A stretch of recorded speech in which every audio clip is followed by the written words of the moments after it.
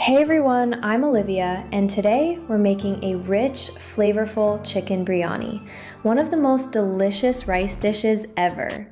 Start by marinating your chicken with yogurt, garlic, ginger, and spices like turmeric, chili powder, and garam masala. Mix everything well and let it sit for at least 30 minutes. Meanwhile, cook your basmati rice until it's about 70% done, then drain and set it aside. Now in a large pan, heat some oil and sauté onions until golden brown. Add your marinated chicken and cook until it's tender and packed with flavor. Once the chicken is ready, layer the partially cooked rice on top. Add some fresh herbs like cilantro and mint, along with a drizzle of saffron milk or butter. Cover and let it cook on low heat. This is where the magic happens. After about 15 to 20 minutes, gently mix everything together.